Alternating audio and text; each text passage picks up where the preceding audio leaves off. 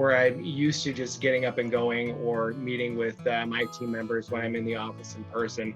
We're just figuring out other virtual ways to have these engagements and just stay connected as human beings. So that whole process is shifting, so that now they're talking about not just the how do we work from home, how do we get the real work done from home.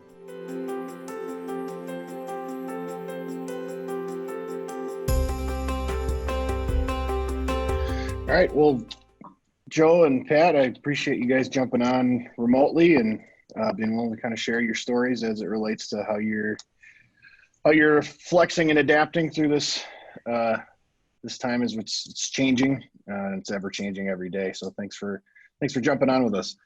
Absolutely. So Joe, can you tell us a little bit about kind of what your normal day looks like? And then Pat, I'll ask you the same question. If you guys can kind of describe what a normal day prior to where we are right now would have looked like. Yeah, absolutely. My normal day would not be sharing an office space with my wife. We're in the same house, so we are now co-workers, and we're balancing that out as a couple because my office is in a little bit more of an open space in the home, and Pat's got, as you can see, a door behind her. So managing her coming out maybe for a cup of coffee or water, whatever, and how that might interfere with my space. So on my daily basis, I'm out of the house usually in front of clients all day long or in the office working with my team. So I'm rarely home during the day. When Pat is home from not traveling, she utilizes her office as her home base. So Joe's really invading your space, it sounds like, huh, Pat? No, it's the opposite way. Yeah. Right now, typically for the last year, I've done a lot of consulting in California. After a career in public education, I'm now working with a lot of organizations, regional education agencies around improvement in the education space. So for the most part, my virtual is really in weeks that I'm home, but I'm away a lot during the week, and then typically traveling home for the weekends. So as Joe indicated, he's gotten pretty used to in the last 12 months being more gone than home. And then having the flexibility of how he schedules his work time. He's got a very open space. And obviously I have more of a confined area. So, and we have 3 dogs at home. So we also we're navigating not children. Yeah, we're navigating not children, but animals. Right.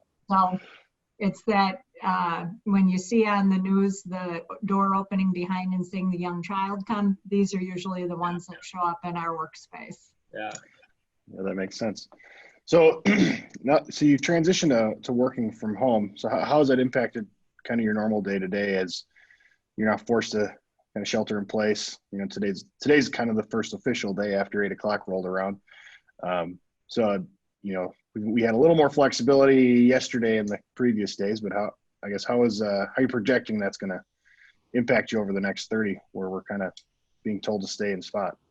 Yeah, I think for me, when I'm used to just being able to pick up and go to two of my clients, one is an hour away, the other is 20 minutes downtown. So where I'm used to just getting up and going or meeting with my team members when I'm in the office in person, we're just figuring out other virtual ways to have these engagements and just stay connected as human beings. And I think it's easy to get lost in the realm of email. And I think my perception and my feeling is I can't lose track of my clients as people. We're all going through this. We're all navigating. I mean, our company dispatched over 80 employees in a matter of 2 days to work from home. And, so there's a lot. Even the support team that I've got working with me, they're learning how to adapt to this because I never have been a micromanager and I never will be. So I've got to still have that balance of communication with them without asking, what are you doing? What's going on? We trust them to work with us. So it's just a whole different space. So what are some of the things you're employing to accomplish that, keep the human connection, but not kind of do as you suggested there, like becoming like an overbearing micromanager? Right. Yeah, so just have touch bases with my team, whether it's via, quick group text message or, group conference call via phone. And then if we use any other type of digital means, we'll also do that as well. And even on the client side, I do a lot of screen sharing. If I'm presenting, I can still present virtually. So that's been, something new. But I think just letting them know that I'm still here and we're all just doing the best we can, and understand, not only the things we're going through, but what they're going through as a company, and how can I be that person for them. And, me being 100% commission sales, I have to really kind of lay off the gas of necessarily asking for the order, and just let things organically happen. I mean, yeah, sales are down. Everybody's business has been impacted. So don't throw too many things at the wall and have too many things try and stick.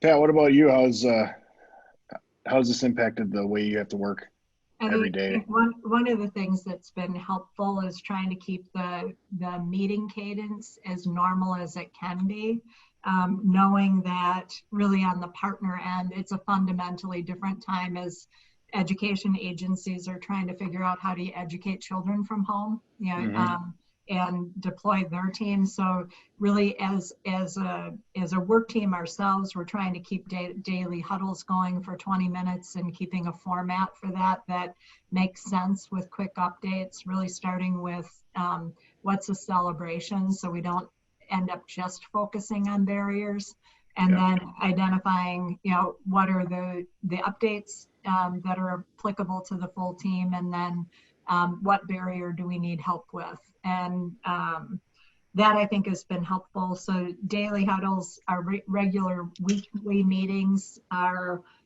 still scheduled for us as a work team, and then doing check-in calls with all of our partners, and then doing kind of a weekly update of good ideas, similar to what you're trying to pull together right now, of what are you hearing that could help all of the partners that we work with, so that they can benefit from that as well, because they're really trapped in also part of that. How do you deal with the swirl as well as caring for their own people?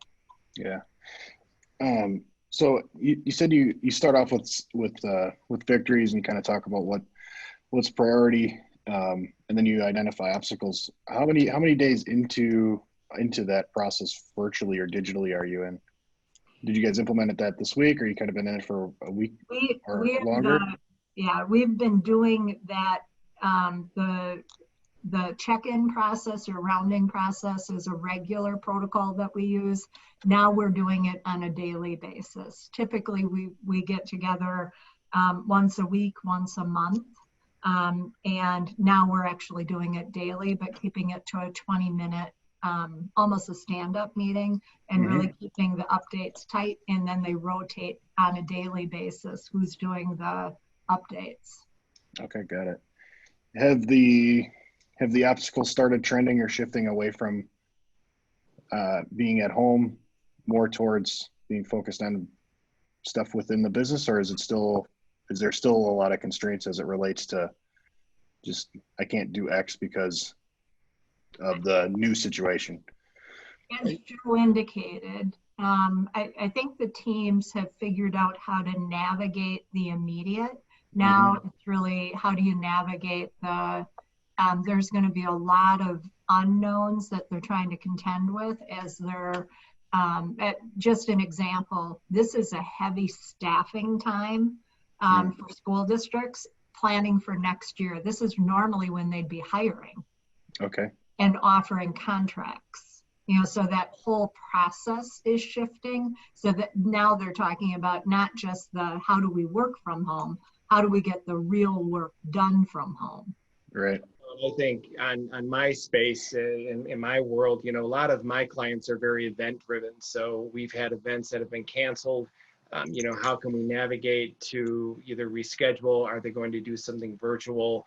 The last thing in my world I'm going to do is try and sell them something that will, benefit, myself necessarily, or it just doesn't make sense. So we just come up with creative ways to just keep the projects that were in place moving, as well as just continuing to reach out to other sources where maybe our customers need product that, is in our space. And if I can pass it on to them where they can reach out to the supplier themselves and buy it, you know what, I'm offering a service to them. So it's not anymore so much about myself, it's about what can I do to help them.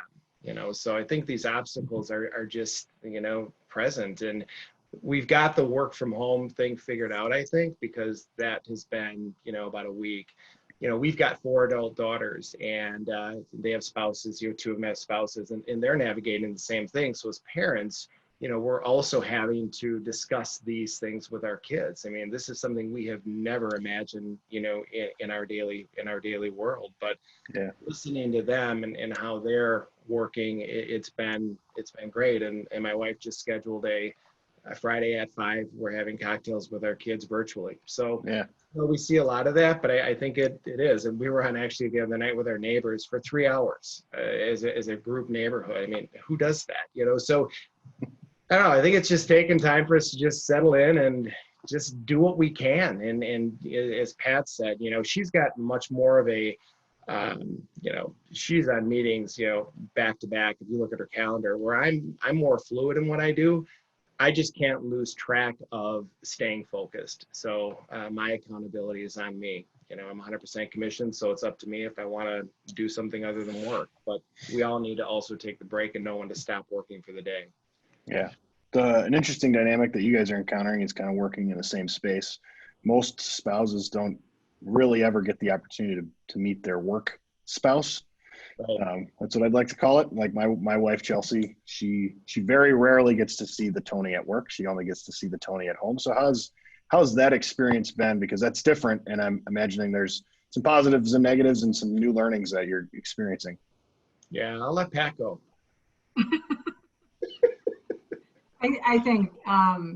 I think we're in a little bit of a different situation because I think we know our work selves and our home selves are different. And I think we've also had an opportunity to see that in each other, over time, not just, during this situation. And part of it, I think when Joe and I are in a situation, as Joe indicated, I'm on meetings often, and he's used to really being forward facing. So when he's at home, his home self is actually much more quiet than his work personality is. Right. So that part of it we know about each other. So that one would be a little bit different for us. Yeah. Okay. Yeah. Pat's right. And, she puts me in check. And I think that's the other thing is, for instance, joke about things. So when Pat comes out of her space into the kitchen, which is right off of my office, as I laughed, all of a sudden she's getting a cup of ice and I'm on a call. Like, okay, you need to tone it down a little bit. And I call it when she's in her do mode. It's like, okay, just navigate and look at your surroundings. So I think just be conscious of who's around you, but you have to laugh, and we do laugh. And, we'll check in. Hey, how's your day? But our work day is our work day. We see each other at lunch. So. Yeah, and one of the things, and I hadn't really even thought, I was just on a call because we're prepping for, as Joe indicated, I was a keynote for a national conference, and it's going all virtual. So this is a huge planning for the organization putting it on. But really what they were talking about is all of the number of devices that are connected to your bandwidth and making sure that everyone else in the household is off of it while you're on it. So then, they were talking about everyone with their college kids at home saying, you're going to have to figure out how to shut down all of their phones, all of their tablets, their computers, and everything else so it doesn't draw from the bandwidth of the Wi-Fi, so the connections stay good. So those are the real issues as everyone is trying to navigate their daily lives in this modified situation. Yeah. As it relates to, you said you have 4 daughters and we're all going through this experience together. How has that brought your family together in a way that's probably different than another moment in time? I mean, we're all old enough where we went through 9/11 and experienced that. Now, your kids are a little older, maybe more aware of what's going on. how has that kind of changed and how that has potentially brought your relationships closer? Our relationships, we're blessed to have really tight relationships with our kids. So they regularly, and I don't know how old your children are, ours regularly check in. I think the hard part is once a month, we also do family fun days in person. So I think the hard part is them knowing we may not be together at Easter and we may not be getting together face to face other than Zoom. We've got two that are working in vulnerable situations, one in healthcare, one in childcare, that have could very well have direct access. So and how do you navigate keeping everybody positive and hopeful and together and not over analyzing things that you can't control right now, and then just keeping everybody focused on, well, what can we do, not what we can't do. It's funny because you speak of 9/11. I remember that, my daughter Marissa said to me, "Daddy, are we going to be okay?" Well, she was young. Well, now guess what? She's gainfully employed, and she's proud of her workspace, and so we just quick hop on, and it's no more. We don't text anymore. If I want to talk to her, even we virtually face, however you want to do it. Figure out a way to have that face-to-face instead of a text. And I just did it before with a client. I'm like, you know what, can we just hop on and just talk? And it just keeps that human engagement going, And I think the other thing was every day we cut out at, we close down at 5 and we go out for a walk together. It keeps us together because this is a different space. And in theory, I'm the one invading Pat's space, but yet she's home a lot more than I'm used to as well. So it's taking somebody who's on the road 75% of the time, she's laughing. I'm like, oh my gosh, but it works. It really does. And it's all on how you allow it to work. I think one of the other things that struck me most was really, we've always done emails and stuff over the course of the weekends. Being 100% at home, you have to be really aware of not making your workday be every day, all day long, and making sure that you are, as Joe indicated, we went for a 7-mile walk on Saturday around just the village. And it made the day on Saturday. Right. So otherwise Saturday would have felt the same as Friday. Yeah, I'm sure. Well, that's awesome. I really appreciate you guys kind of sharing what your experience has been over the last, 7, 10, 14 days as we're kind of going through this crisis together. And because I think a lot of people can pull value out of just knowing that we're all kind of going through the same experience. If you guys have ever done like really strenuous exercise, I'm a big guy into CrossFit. And the reason I love CrossFit is that everybody, no matter their level, is all going through the same pain, even though they're all at different fitness levels.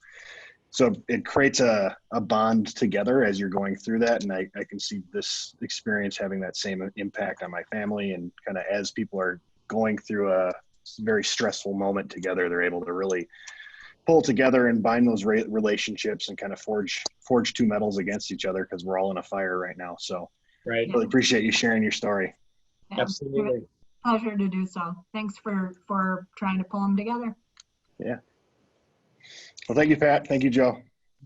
Thanks again for watching.